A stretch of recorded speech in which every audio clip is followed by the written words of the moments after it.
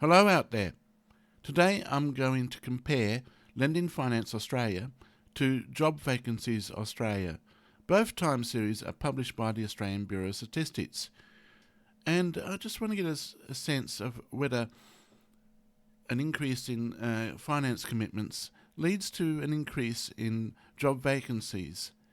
And what sort of lead time do we see in the increase in finance commitments to an increase in job vacancies? An interesting fact about the Lending Finance statistics is that it is not collected from a sample survey, but an administrative source.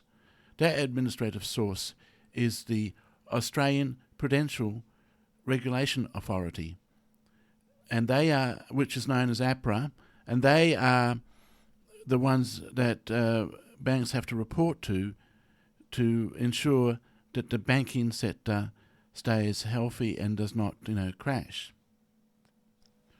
So this is an example of using administrative data, which is the sort of thing that big data does.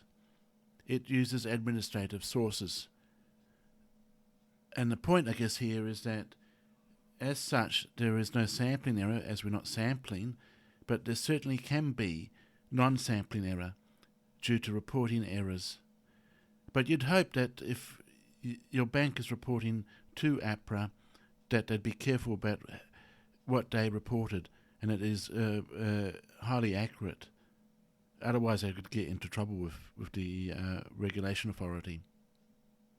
So we're going to get this data into Python using pandas, and we're going to use the valid variables function I set up to read in these columns, convert these column descriptions into variables that can be used in statistical packages like SAS, R, and whatever else.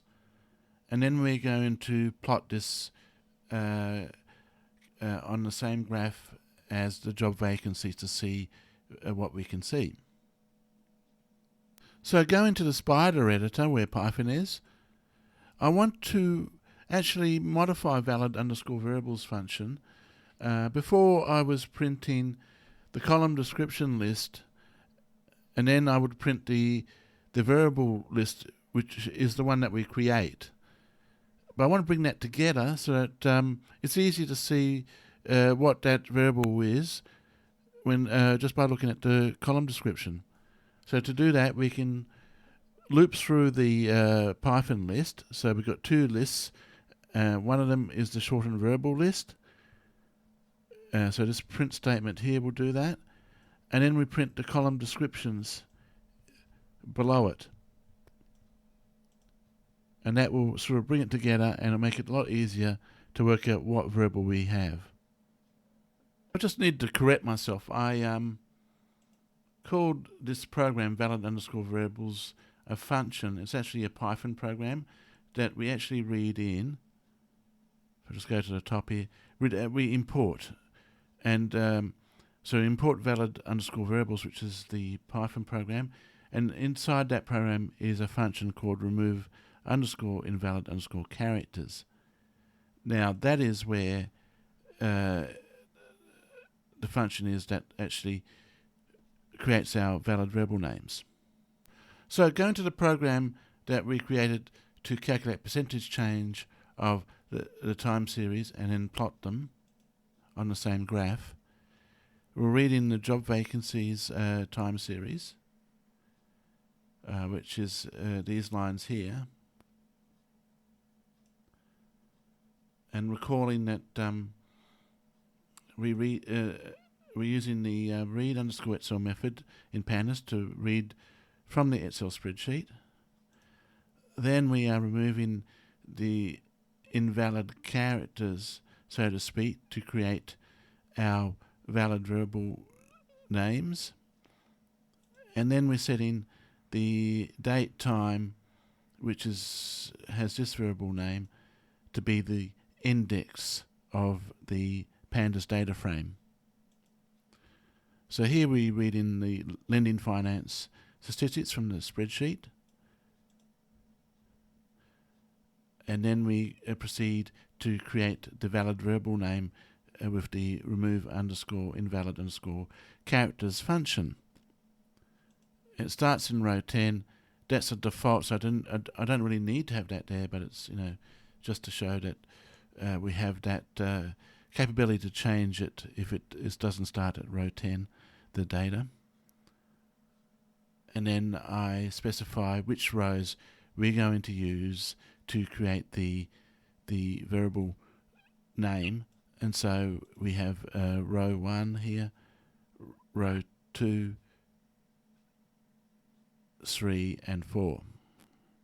So if we look at that spreadsheet, so we're using row 1, so it's got a lot of description here, that's really useful. Row 2 gives us the units.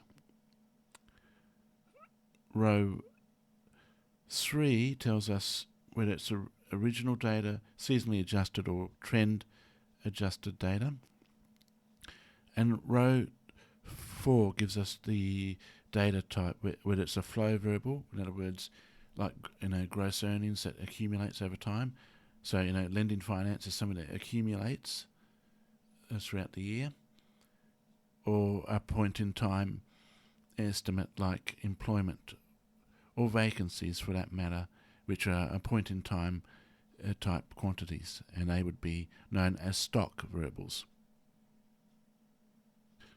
Okay, so going back to the program, we are now in a position to run it. So first, I'll comment this out first, and I'll just run so that we get the variables that are produced from the two spreadsheets.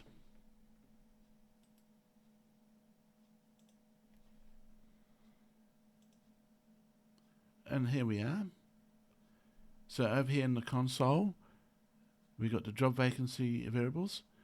So we're going to use the job vacancies for Australia. So, and we're going to use the trend stock variable. So here it is, job vacancies Australia in thousands trend stock. Let's just copy that. We now uncomment this. And this is the function call that will create the percentage change numbers from the time series. So we'll just paste in that variable.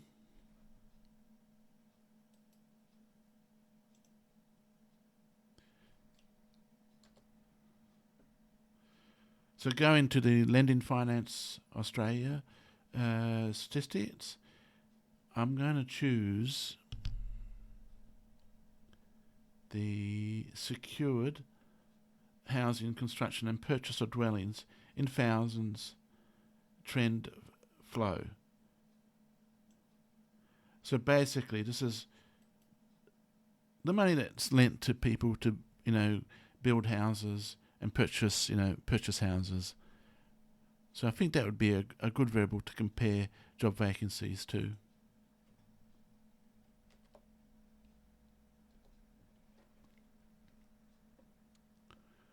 Okay. The other thing is that the Lending Finance is a monthly publication, and so we need to make it quarterly, so it's every 3 months, because job vacancies is a quarterly survey, and you can't make a comparison to a quarterly and monthly figures. It just won't work, and it'll be like comparing apples to oranges. So here we go, we'll run it. And we should get a graph, and here we go. You can see, so the green is the secured housing finance. And we can see it leads the job vacancies, in this case, starting off here, is quite volatile.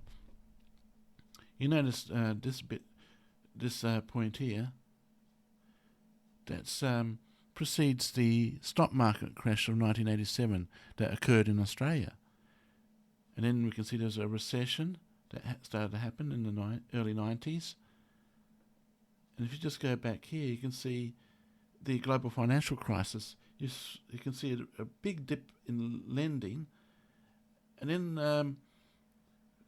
the Australian government at that time pumped in a lot of money from the surpluses they had to prop up the economy, and you can see there's a big jump back up in lending as a result of that. It's quite fascinating. The other interesting aspect is that lending finance, when it increases, comes before an increase in job vacancies, which sort of makes sense because, if you lend more money for people to build houses, then this is going to generate jobs for people to build them. So it's the sort of thing you'd hope to see. And you can see that when it drops, you can see it's dropping. And you can see that when, sort of recession started to occur, that at this point here in 89, it led to a drop in job vacancies in 91. So there's some sort of lead time. Is this consistent? Can we use it to predict, the level of job vacancies, and maybe predict how, employment is going to move? That's quite interesting, and I guess the thing is, there's no certainty in this, in trying to, it's very hard to forecast what's going to happen in the future. There's other factors as well. Job vacancies, for example, is a sample survey, and so it has sampling error, and that's another uncertainty that we have to contend with, which can affect, how it, follows the lending finance movements. So the last thing I'm going to do is to export our pandas data frames containing the percentage change data into an Excel spreadsheet. Now to do that, you simply use a to_Excel method in pandas. Now, why would I want to do that? Well, then I've got the data in a spreadsheet form that programs like SAS and R can easily read back into. So if you want to then use a different statistical package, it makes it rather convenient. So I'll just uncomment the lines of code that will do that.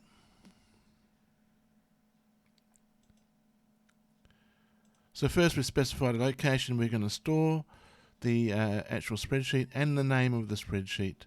So in this case, %change_JVS.ExcelSS, so version 10 of Excel. Then we can give it a sheet name for where our data will be, so PCT change vacancies. Now this is going to be all the percentage change data. It won't just be for Australia trend stock. So we also then do this for the lending finance statistics.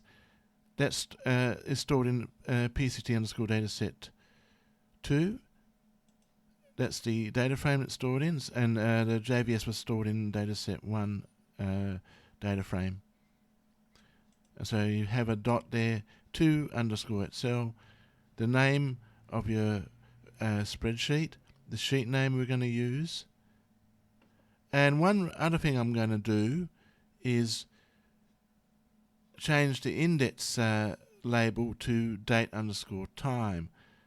So instead of having this NAUNSETYDATY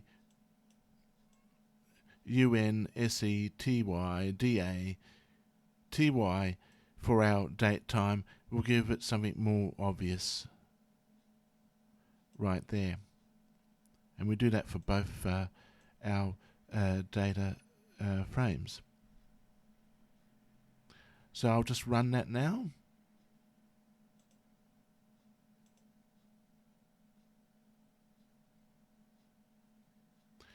Then we can have a look at these spreadsheets. There's a JVS one and there's lending finance one, so we'll just go into lending finance.